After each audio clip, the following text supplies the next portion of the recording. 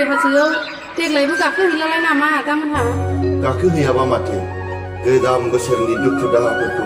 स्राब बावगारजोबनानै गोदान बोसोरनि गोदान मिजिङै गोथार गोसोजों बै बावखुंग्रिनि हाजो थिखिनियाव गाखोनानै अख्रां दांहैनो लोगोफोर ज'नो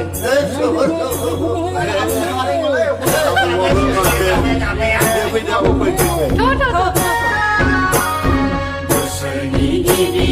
बैसागु बोथोर सफैलायबाय सेंग्राफोर सिख्लाफोर सफैलायबाय बावखुंग्रि हाजोआव गाखोनाय बोथोरा मोनफैलायबाय बावखुंग्रि हाजोआव गाखोनाय बोथोरा मोनफैलायबाय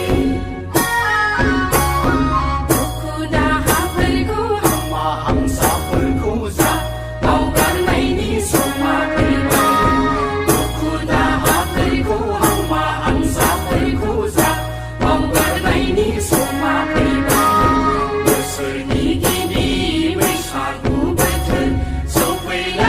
सफैलायबाय सेंग्राफोर सिख्लाफोर सफैलायबाय बावखुंग्रि हाजोआव गाखोनाय बोथोरा मोनफैलायबाय बावखुंग्रि हाजोआव गाखोनाय बोथोरा मोनफैलायबाय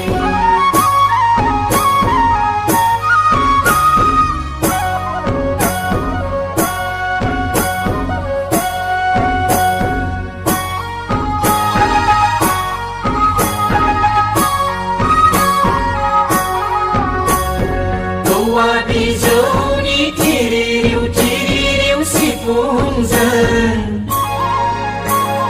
खाम